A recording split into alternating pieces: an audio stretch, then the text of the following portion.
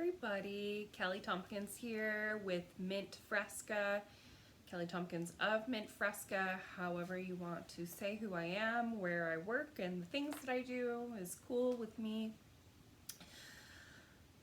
Today we're in the 4th week of March of 2020, talking about the last wild Kuan Yin card that I pulled for this month. I think that it was a good month to pull these cards. I think that this month was a little bit wild, and it did require quite a fair amount of surrender and divine support. And that's all of what this card is about today. Its sister of Shambhala shows the way. Move my fingers. So there's Kuan Yin. She's in the clouds. She's running through the fields. She's got her pals down there, a little bird, some sheep and rams. She's in the field. I'm trying to see if there's anything else I'm missing. And like I said, this card is all about surrender. Shambhala is a mythical, fictional place full of spiritual guides who are here to help lead the people of Earth toward their own spiritual guidance, to tweak and guide them on their own spiritual path. And the main thing this card is asking us right now is, because we have this time, most of us are slowed down, the economies are slowing down, Ted's laying down, Dahlia's laying down. We have this chance to pause and really begin to reflect and begin to get back into the present moment. As we talked about this month, we have a chance to get grounded, and we also have a chance to visualize and manifest our dreams back into reality, to create this new future of our dreams right now. We have this really incredible opportunity. However, this card is asking us to consider if our plans or our dreams are in alignment with the divine. Is your will in alignment with the divine, with divine will? And this is a card I think hits home for me as an ego projector in my human design, because that means that for me as an individual, the way for me to make correct decisions is to use my ego authority, and ego is also the same thing as the heart. So am I being led by my heart? And for me specifically, I have the channel that's called the channel of initiation. It connects the shock of spirit to initiation. And so a lot of my energy to act, a lot of my will to do things, to take action, has to be in alignment with my identity. If there's not that connection there, then it kind of feels like resistance. It feels like cogs aren't aligning. It feels like the dam is up, and so the energy isn't able to move forward or be channeled forward. That's what it feels like to me when I don't have the will to do something. It literally feels like I just cannot move. To move is to force, and to take too much effort, and to take too much energy. And so you guys probably have an opportunity to live the way that I live right now, because things are slowing down and we're being asked to surrender. We're being asked to reflect and see if our dreams and goals are heart-centered, and if they're aligned with the divine, and if they're aligned with the benefit of our community, and if they're aligned with the benefit of everybody involved and not just ourselves. Yes, for the self too, but the best way to take care of ourselves is to take care of our community, and when we take care of ourselves, we can take care of each other. It's a middle ground thing again. You can't focus entirely on yourself, and you can't forego taking care of yourself and entirely focus on others, because both of those situations can lead to energetic burnout or isolation. things that are not going to be an effective use of your energy right now. The other thing that's being called for is recognition that you don't have to do everything alone. You are being led by like dozens and dozens of spiritual guides, and maybe you don't always know them, maybe you're not aware of them, maybe you're not familiar with them, but they are there. Like, we all have dozens of spiritual guides available at our support at any time. And we are being called to ask for their support and to surrender to needing like divine intervention and divine support. And so we have to learn to ask for support and tell our guides that we are open and willing to receive support, because the free will of the universe respects our free will so much, I guess. The universe respects our free will so much that if we don't ask for help, we will not receive help. So it's really important that we ask for help so that the divine may intercede when it needs to. So you don't need to feel alone. I know that things are like shifting a lot right now, and people are isolated in their homes, but just because you're by yourself doesn't mean you have to feel alone. That doesn't mean you have to reach out to anybody who you don't feel comfortable reaching out to. Like, make sure that the people who you're engaging with right now are people who are mutually supportive to you and who make you feel good and can help like quell some of your anxiety instead of recondition parts of you that don't feel good to you. Because right now we have that opportunity and choice to like cater, or what's the word when we get to select, I don't know, but we get to like select specifically the types of energy we want to invite into our life, the people we want to invite into our life.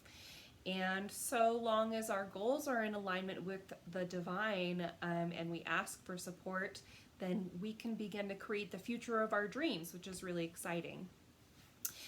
There's one other part of this card I have to remember. Oh, surrender. How do you know when it's time for surrendering? So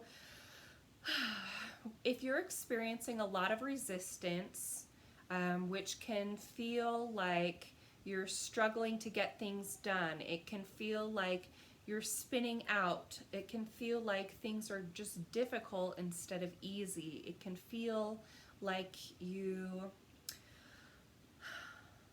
are swimming upstream or you're stuck in a pit of mud, you know, any of these types of things that are making you feel stuck or restricted or inhibited, that's resistance. And resistance is a real thing in physics, you know, it's like a force that we have to contend with. All things stay in motion, you know, until like resistance or other things come along that stops or changes that type of motion, right? And if it's a little bit of resistance, it's easy sometimes to like want to push through, but the more you encounter resistance that's too difficult for you to get through on your own, the more you're being asked to just step back and surrender. And what does that mean? That can mean doing nothing. That can mean prayer. That can mean meditation. That can mean taking a break and focusing on yourself for a day. If you want to be super literal about it, you can do meditations where you're floating in a river and just floating and surrendering wherever the river takes you. The Osho Zen Tarot, the Osho Zen Oracle deck, whatever, has a really, really beautiful surrender card. I don't have it on me, but it's like this person falling off a cliff into what they describe as pink, fluffy clouds or something, sweet nothings or something, but it's just like these fluffy, pillowy clouds that this person is back diving into. I feel like talking is really difficult today, so hopefully you guys are understanding the things that I am saying. But anyway, it's that like free fall, and then the expectation that you will be caught, or the idea that we are little humans on this rock in space and the earth is always supporting us. There's nothing we need to do other than just trust and surrender to the earth. You know, this earth and gravity and space are always going to be holding us and caring for us. Like, we don't have to worry about standing up on the earth. You know, we've surrendered to this idea that we are always supported by the earth. That's another like grounding form of surrender, I think. Hopefully that's helpful. I'm trying to think if there's anything else I need to talk about in terms of surrender. Just know that sometimes if things aren't working out in your favor and you do need to surrender, it's because spiritual and divine intervention is required. Like, there are forces greater than us that we don't know and we can't always contend with, but they've got our backs. And sometimes we are being asked to just step back and like let the spiritual forces bang things out on their own. You know what I mean? There's like spiritual wars or conflict, or I don't even know. I'm not going to pretend to know. I'm just going to sit back and like trust my guides that they are leading me where I need to go, so long as I stay centered in my heart and trust myself and trust my body and trust my synchronicities, take care of myself and my community. And I have this vision for a positive, optimistic, hopeful future where everybody can afford to live and like do the things that they want to do. And it's the opposite of the present that we're in right now. And I fully have faith in and surrender to my guides, including Kali Ma and Kuan Yin and Pele.